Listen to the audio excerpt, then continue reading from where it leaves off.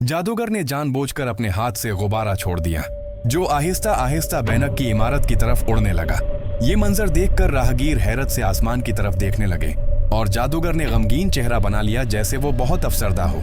लेकिन अचानक वही गुब्बारा अचानक तेजी से बड़ा होने लगा और आहिस्ता आहिस्ता वापस जादूगर के पीछे आकर रख गया।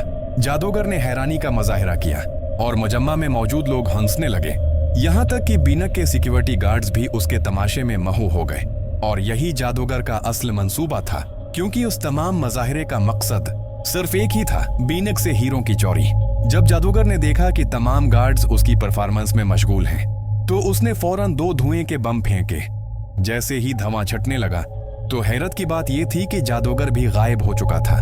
इसी दौरान गुब्बारे के अंदर जादूगर की झलक दिखाई दी। सब लोग समझे कि जादूगर गुब्बारे के अंदर है, लेकिन दरहकीकत वो सिर्फ एक प्रोजेक्टर के जरिए दिखाया जा रहा होलोग्राफ था। असली जादूगर तो पहले से खोदी गई एक सुरंग के जरिए बैनक के बाथरूम में पहुंच चुका था और सिक्योरिटी गार्ड्स अब भी गुब्बारे में नजर आने वाले तमाशे में लगे हुए थे। जादूगर की अचानक मौजूदगी ने बीनक के मैनेजर को चौंका दिया। करोड़ों की मालियत के हीरे जमीन पर बिखर गए, लेकिन जादूगर का किसी को नुकसान पहुंचाने का इरादा नहीं था। उसका वाहिद मकसद वो हीरे थे। इसने मैनेजर के हाथ को लाकर के साथ बांध दिया और उसकी आंखों के सामने तमाम हीरे अपनी जेब में डाल लिए। फिर वो आराम से वहां से चलता बना।